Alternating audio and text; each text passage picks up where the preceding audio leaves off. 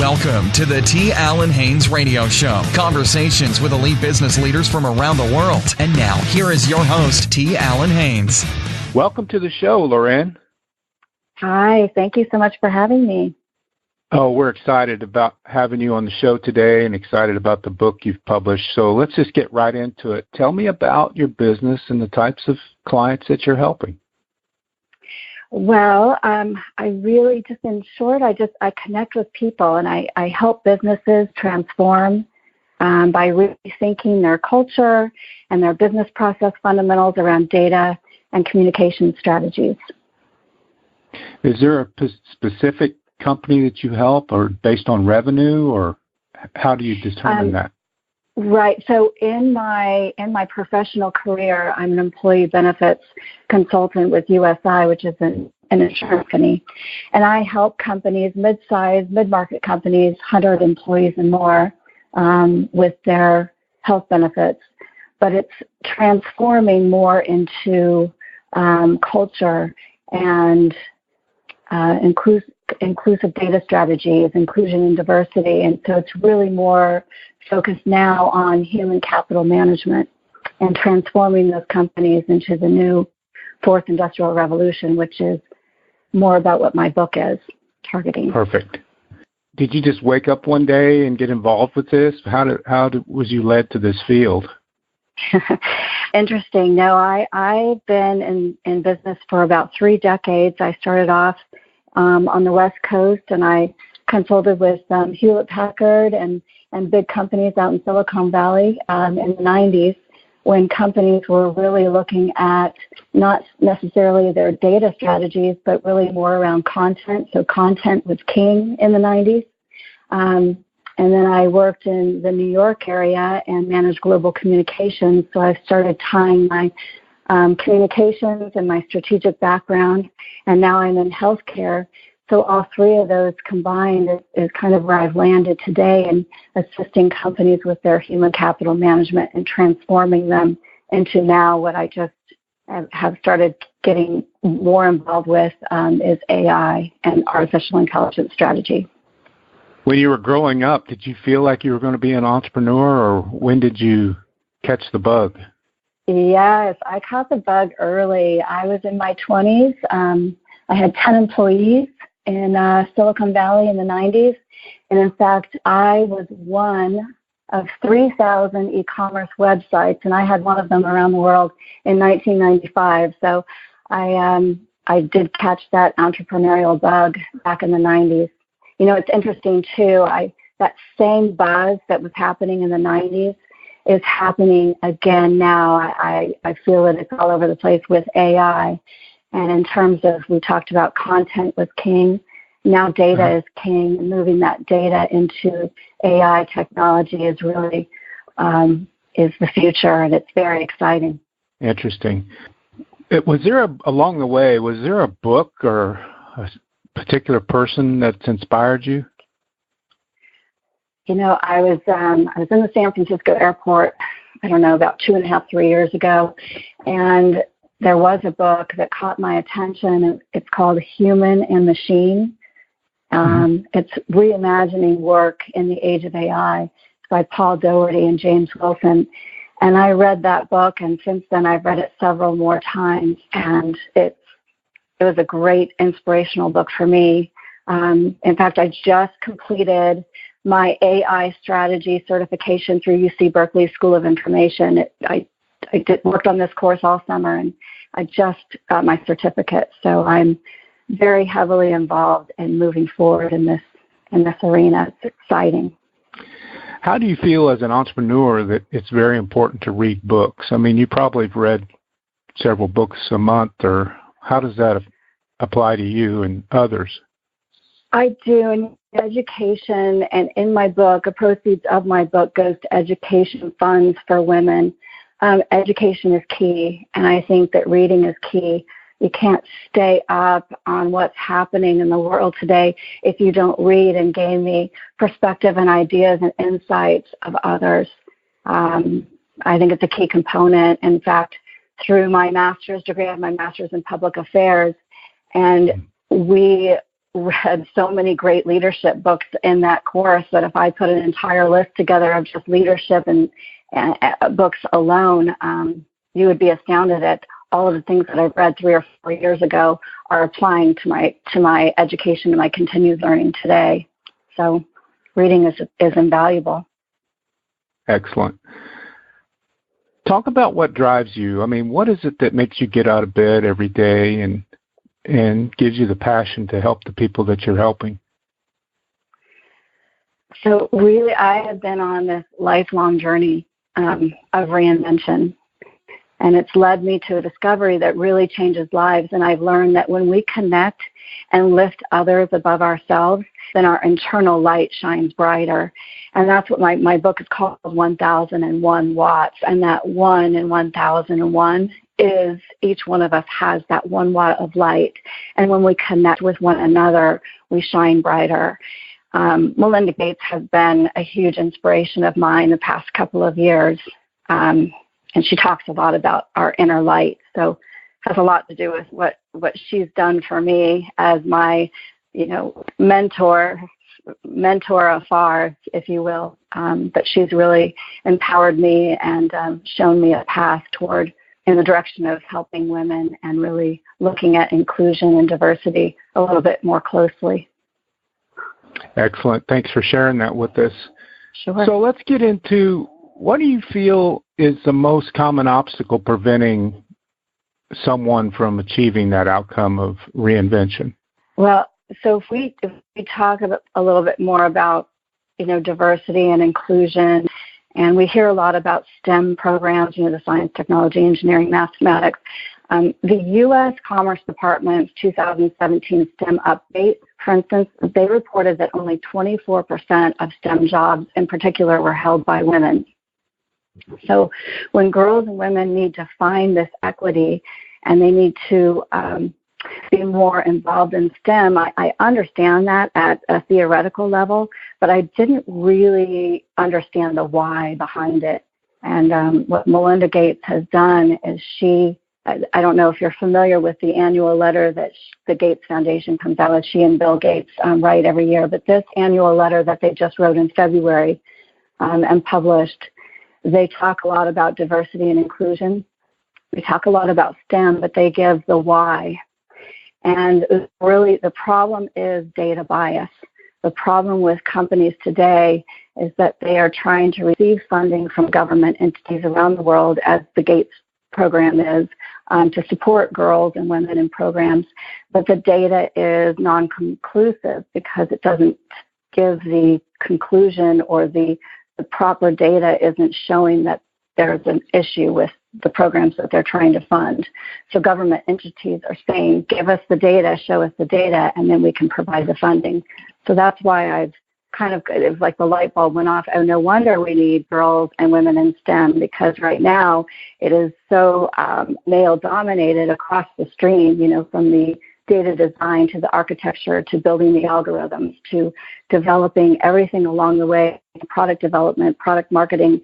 It's dominated by males. So, of course, it's going to be biased toward males. So when you pull that data out, there is no data showing that there's an issue for women and girls programs. So she's on this wave of making things a little bit more inclusive and diverse, showing that there is a problem with data bias, and hence the reason why the light bulb went off on my mind. I understand now why women and girls need to be in STEM programs so that they can be hired to be part of these teams that are developing and designing these programs. So I hope all of that I just said makes a lot of sense. But it's along the same lines of the data inclusiveness and being inclusion and diversity, the thought leadership that needs to go into that. Excellent. That makes sense. Okay. What do you feel to be the biggest misconception about this challenge that, STEM and the women having their data readily available? What's the biggest misconception? I think, there's a lot of misconceptions. I think that it just goes along the lines of that women need to be part of the decision-making process, they need to be on the corporate boards, for example. And Governor Jerry Brown just signed into law in California that at least one of the board members on corporate boards of Fortune 500 companies needs to be a woman. So I know that companies are working towards this. It's just important. It's important at many, many levels, but it's something that we all need to work toward. Can you share with us an example of how you've possibly helped someone achieve this outcome?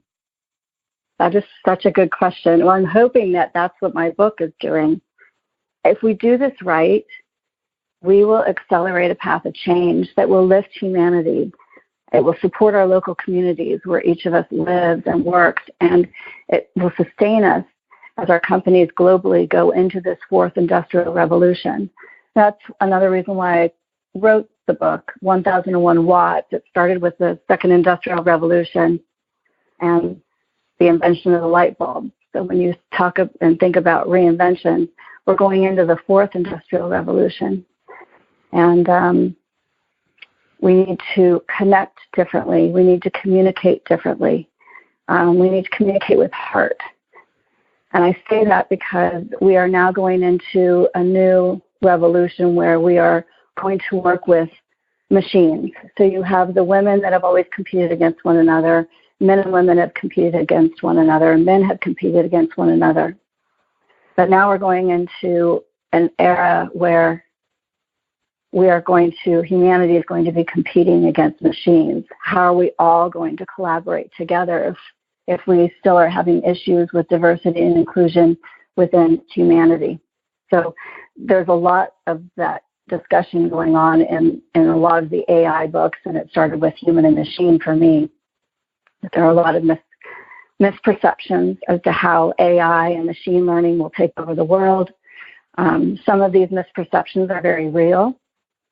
The regulation of data, international policy, for example, around economic and military competition. There's so much that will require us to think strategically with a set of propositions about the capabilities that are coming and what we all need to do in order to enforce specific laws and policy that will protect us. So that I know that's probably a convoluted answer for you, but there's a lot to it. No, that's great. Yeah, absolutely. It runs deep, as they say. Yes. What do you feel is the first thing that the listeners should do if they're, ready to participate in this or want to get on a board, or how to get ahead of this? Well, the problem that companies have is, from what I'm hearing, is that they have so much data that they don't know what to do with it. In addition to that, humans are morally valuable because of our rich conscientiousness and our ability to inherently feel with emotion, right? So you have a little bit of a convergence of this whole AI and this super intelligent machines, and then how it will be morally consequential to us as humans. So what we need to do is all of us together, we need to connect, we need to communicate, we need to think of ourselves as a unit, and we need to work together in order to level the playing field, right? So we need to find solutions. We need to start in maybe two ways, very small but deeply important, right? We need to look at, number one, the culture of our workplace to make it more diverse and inclusive. And number two, we need to look at maybe developing an AI strategy that aligns with the corporate strategy. And it's really finding those key indicators that study the data patterns and find ways to uniquely engineer proprietary data points that will then ultimately increase the bottom line and support the workforce at the same time. What's your feelings on these companies that have a lot of data on people and they're profiting from it? Is that? Yeah. Those are the areas that I was saying before that there's a lot of moral and ethical. It's all around maybe developing good governance policies that we need to ethically look at, because if it's not done properly, you're going to have a different set of data bias that can be potentially very harmful to a company or to the employees that work for them or to the clients. So it has to be very well thought out. There's a lot of areas that I think are very concerning. And again, that goes back to making sure that you have a very inclusive board of directors. For example, today there are only 33 female CEOs in the Fortune 500, which can certainly be seen as an exclusive club where leaders get, top experience and influence. We just have to make sure that equity is there across the board, and we all need to work together and develop policies so that the data doesn't end up being harmful in any way. Perfect. So congratulations on publishing your book. That's quite an achievement. Thank you. So how can the audience get your book or find out more information about you? Well, that is very kind. I would just offer, my book is 1001 Watts. It's on Amazon. I just heard last week that Apple approved my audiobook, so now it will be available on text, ebook, and audio. I don't think the audio is available yet, but it will be in the next couple of weeks. So you can just go into Amazon and get the book.